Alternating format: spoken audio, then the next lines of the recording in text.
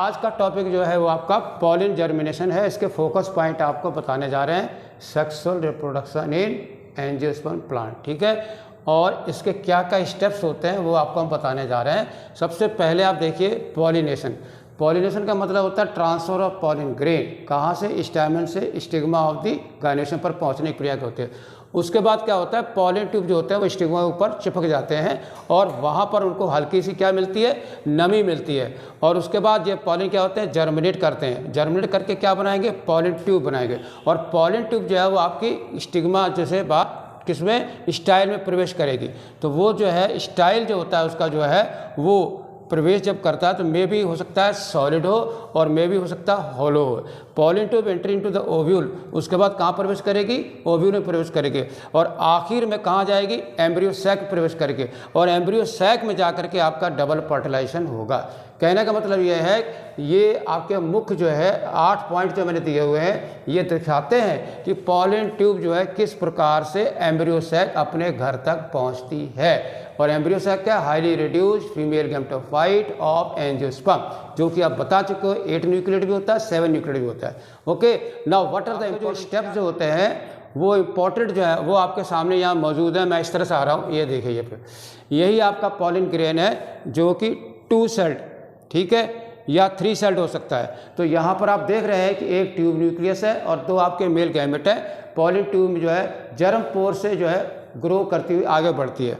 तो pollen tube का function ही क्या है, to carry the 2 male gamete को वाहन करना, कहाँ तक पहुँचाना, एम्ब्रियो सैक तक, ये उसका काम है। और इसके प्रोसेस को क्या कहते हैं, साइफेनोगेमी।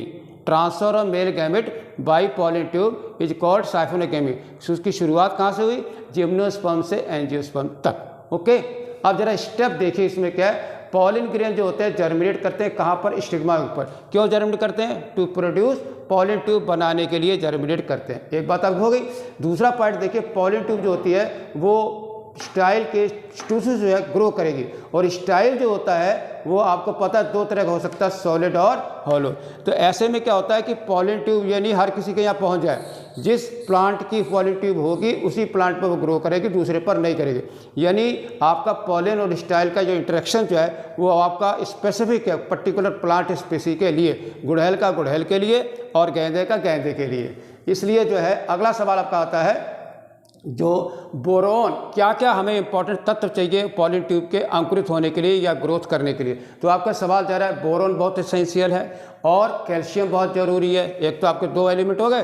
दूसरा सवाल देखिए, कौन से हार्मोन की आवश्यकता होती है पॉलिन ट्यूब की ग्रो करने के लिए। तो आपके पास आंसर है इंडोल एसिटिक एसिड और जिब्रेलिक एसिड।